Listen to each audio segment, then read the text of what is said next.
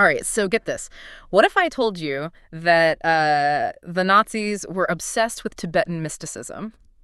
Oh, wow. Yeah, right? It sounds like Indiana Jones, doesn't it? Totally. Like crazy, but Yeah. there's a real connection there, and it's a lot more complicated than, just Nazis searching for the Ark of the Covenant in the Himalayas or something like that. Right. And today we're going to deep dive into all that. We have an article here from studybuddhism.com. It's called The Nazi Connection with Shambhala and Tibet. Okay. And we're going to really try to separate fact from fiction here because there's a lot of I would imagine so. crazy stuff out there floating around about this. Oh, well, and it's a topic that I think people are still really fascinated by. Oh, absolutely. For good reason. You've got the Nazis, who are, arguably some of the worst villains in history. Right. Yeah. And this sort of mystery and allure of Tibet. And then you mix in the occult. Yeah. It's a recipe for a great story. Oh, yeah. Yeah. But we're going to stick to what the research tells us. Right. Yeah. So to start, let's talk about some of the core beliefs that were kind of swirling around in Nazi circles back in the day. We're talking ancient myths, secret societies, stuff that really sounds more like it belongs in a sci-fi novel than in the halls of power. Yeah. But this was real for them. So you've got things like Hyperborea.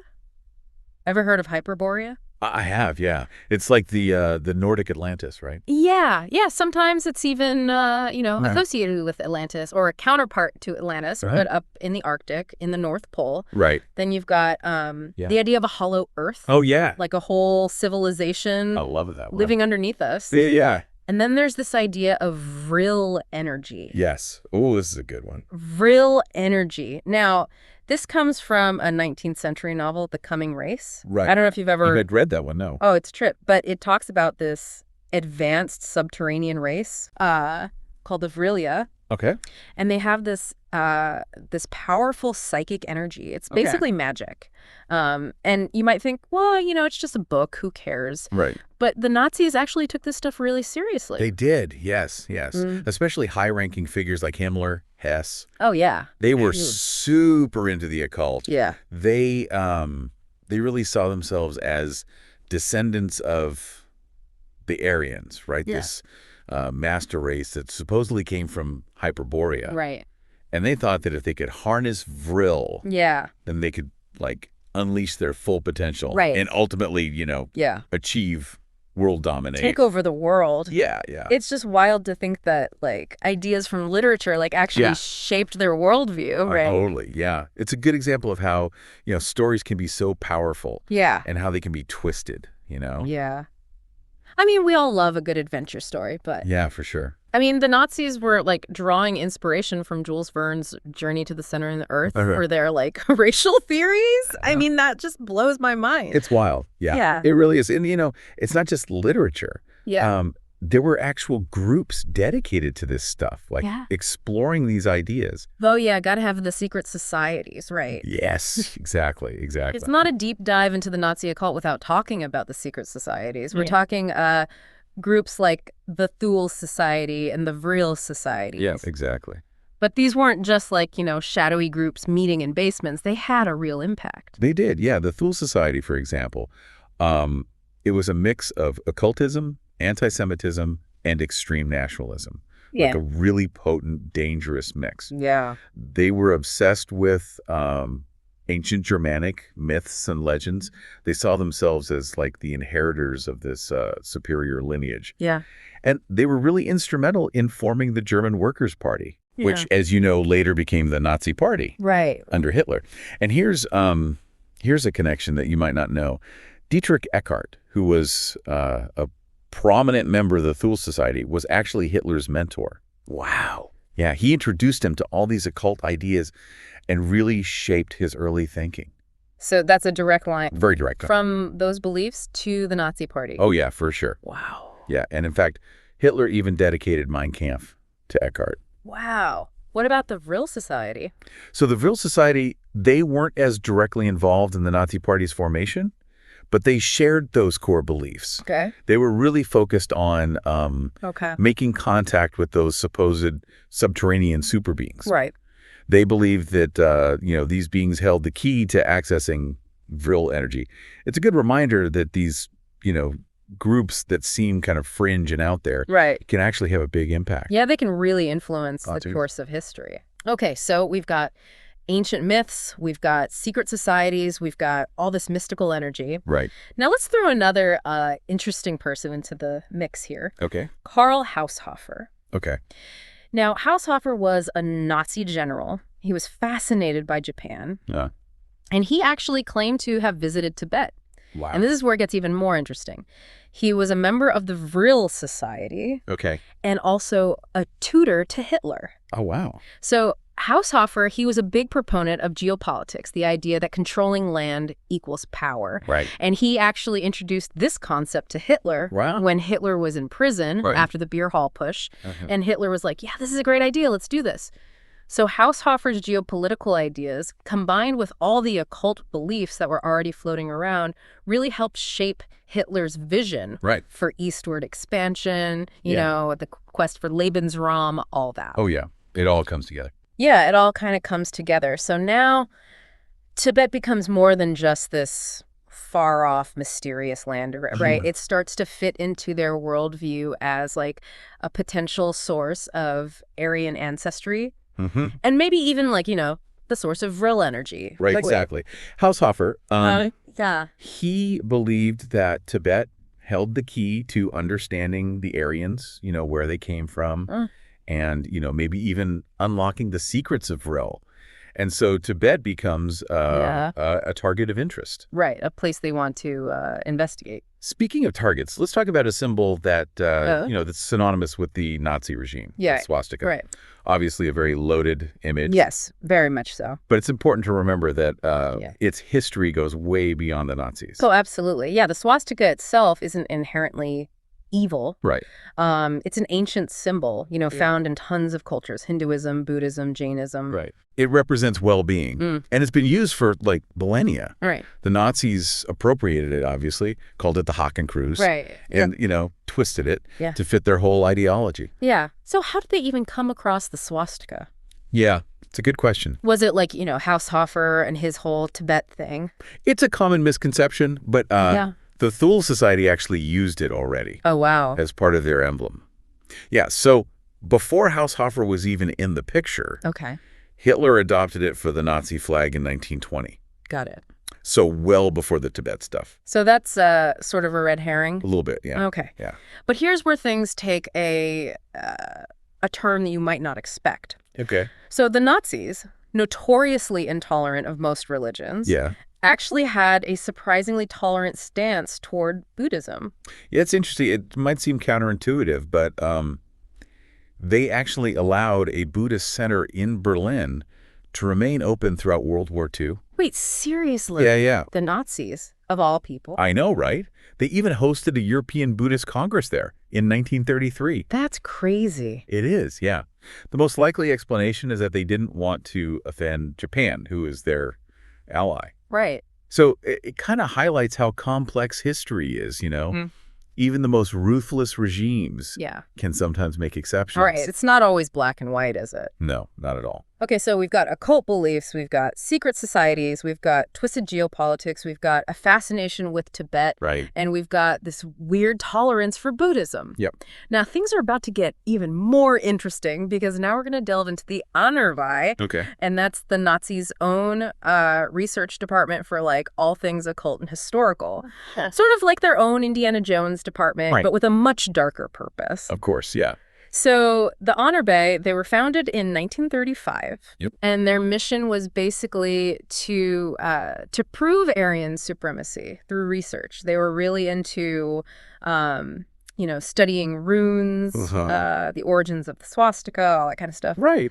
They were searching for the Aryan homeland, Right. and Tibet, with its supposed connection to ancient Aryan roots, was a prime target It makes sense. for their investigation. Yeah, definitely. Absolutely. And Himmler, you know, the head of the SS, he was very much into this stuff. Yeah. And they even had a Tibet Institute within the Honor Bay. Oh, wow. But they didn't just, you know, sit around and read old books. Right. They actually sent an expedition to Tibet. They did. In 1938, the Honor Bay sponsored this expedition led by Ernst Schaefer, a German hunter Yeah. and biologist, and he had already been to Tibet twice before. Oh, wow. Now, what's interesting is this wasn't like a super secret mission. They Oh. were officially invited by the Tibetan government. Wow. Okay. So they weren't sneaking in. No, they were welcomed guests. Huh. That's interesting. Yeah, it is interesting.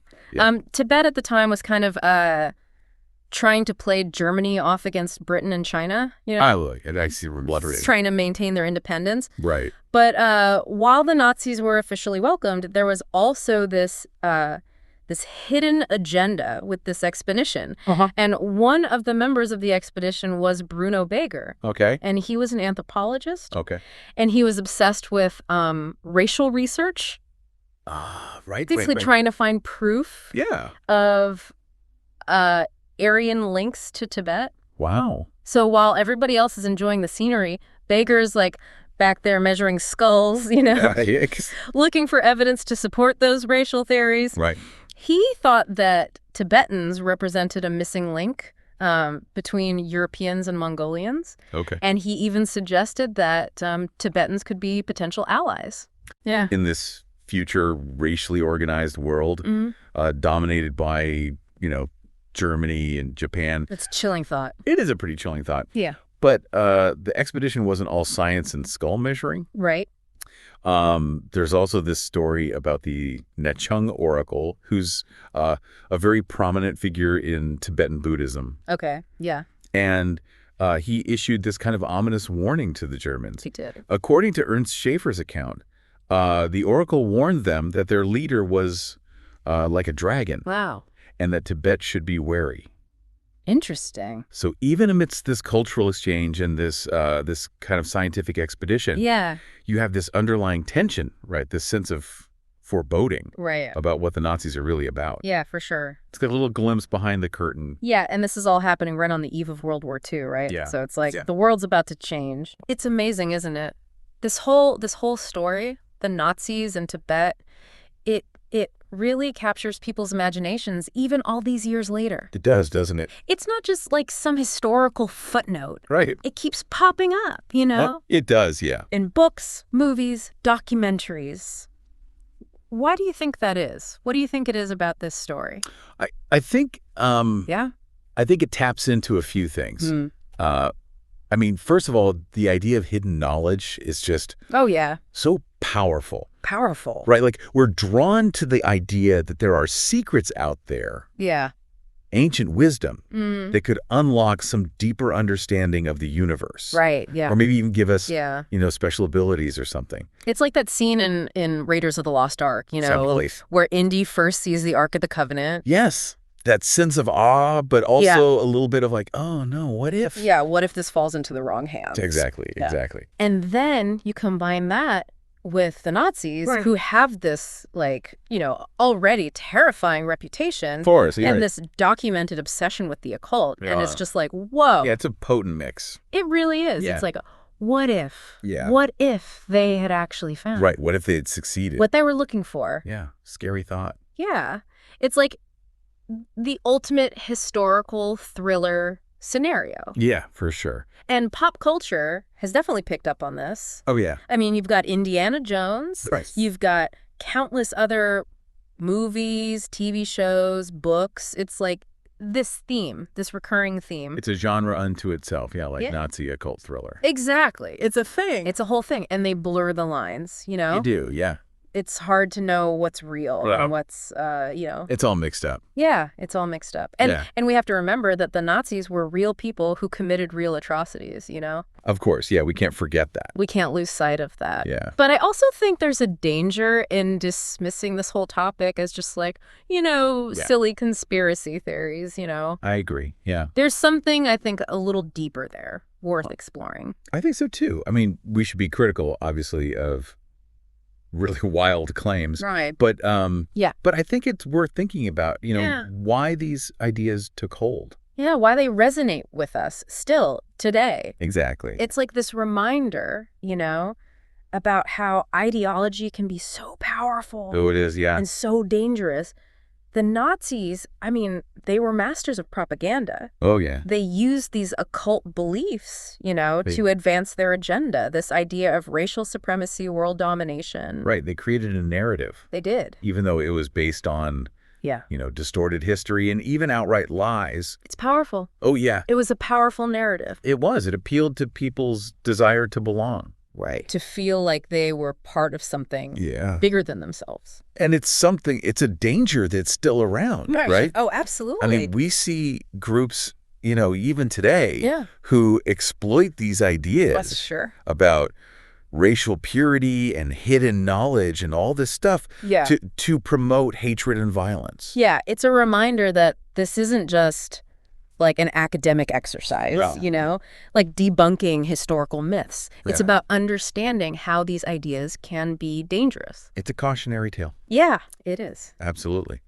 So we've got to be vigilant, Yes, definitely. We've got to challenge these ideas. Sure. We've got to recognize the patterns that lead to extremism. Especially today. Especially today. With, misinformation and all that stuff online. It's everywhere. It is, yeah. So critical thinking is absolutely key here. It is. We can't just accept information at face value.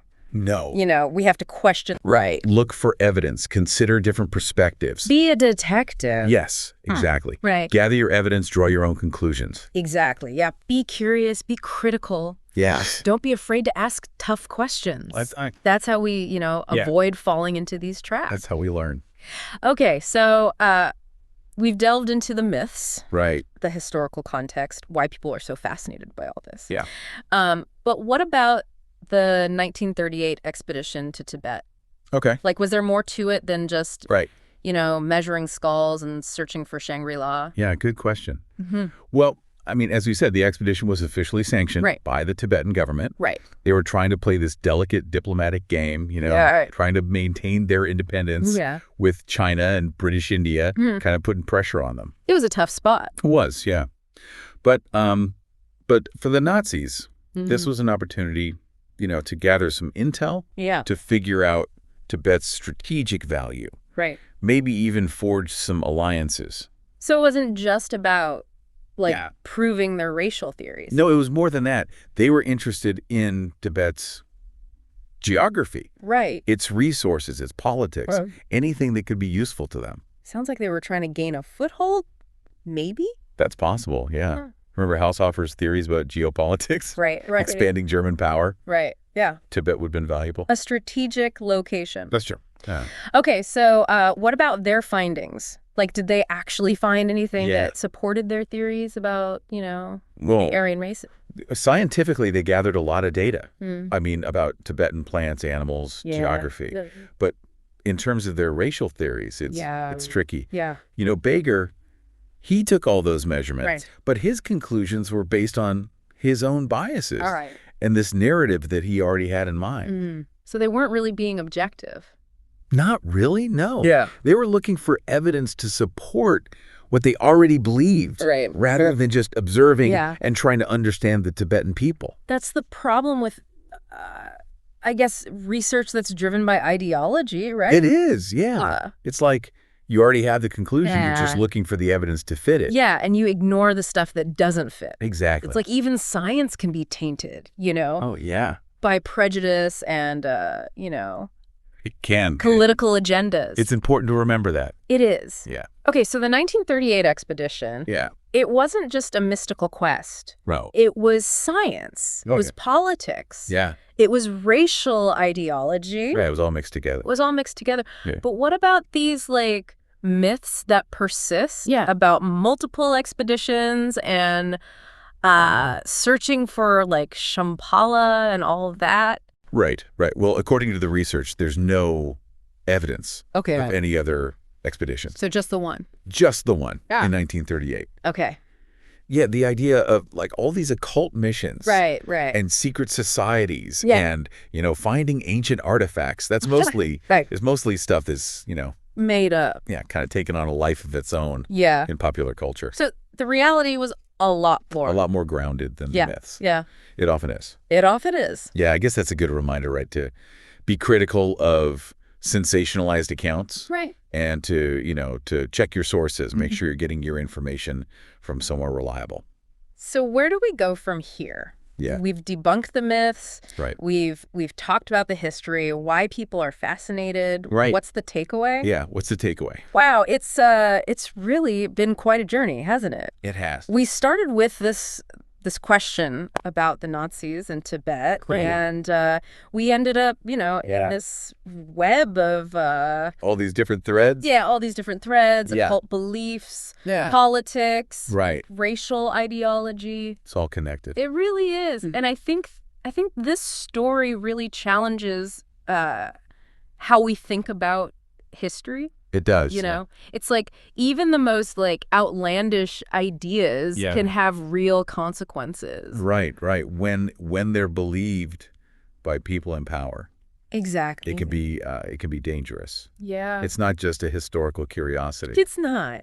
I think there are lessons here. Yeah. What do you think some of those lessons are for us today? Well, I think one of the big ones is just, how seductive ideology can be. Right. Like the Nazis, they weren't just, mindless thugs. No. They were driven by believed in something. Yes, exactly. Yeah. They had this whole worldview. Right. And they twisted everything. Yeah. History, science, spirituality to fit into it. It's powerful. It is. It's really scary, actually, to think about. Yeah. And that worldview, I mean, it led to so much suffering. It did. So much destruction. So many lives lost. Yeah, exactly. I mean, ideas really matter. They do. They shape our actions, they shape our societies, and they really do shape the future, They do. We can't just be passive.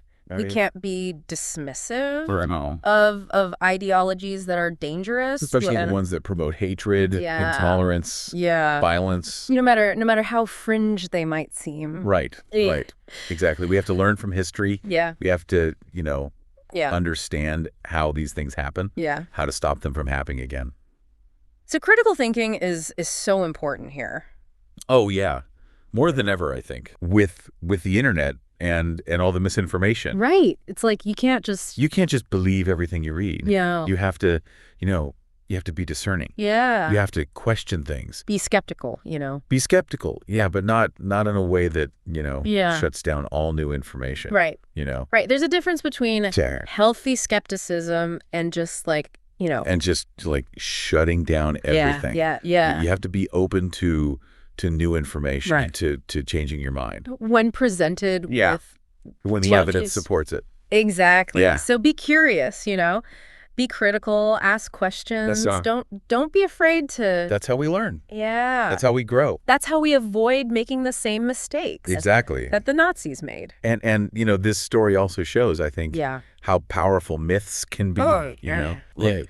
The Nazis were so good at propaganda, at creating these compelling narratives. Yeah. This myth of Aryan supremacy and destiny, and people believed it. They did, even though it was based on lies. It's amazing how they created their own mythology to justify their actions. They did. It's incredible and terrifying. Yeah, powerful stuff. Powerful, yeah. And those myths didn't just disappear, No, they didn't. After World War II. They're still around. They're still around. Yeah. And they're often romanticized, or sensationalized. Yeah. And it's it hides the real horror It does, yeah. of what the Nazis did. We have to be aware of that. Yeah. You have to be aware of how these stories Yeah. can distort our understanding of the past and even influence us today. It's all about being media literate, It is, yeah. It's about being able to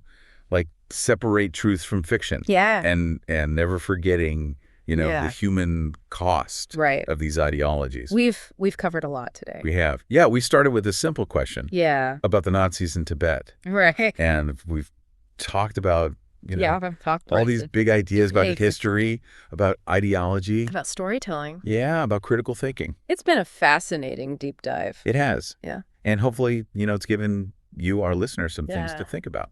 Absolutely. And as always, we encourage you to do your own research. Yes, please do. Check out the source material for today's episode. Give That's The Nazi Connection with Shambhala and Tibet from studybuddhism.com. Great article. And draw your own conclusions. Yeah. Until next time, stay curious. Stay curious. Stay critical. Critical. And keep asking those tough questions.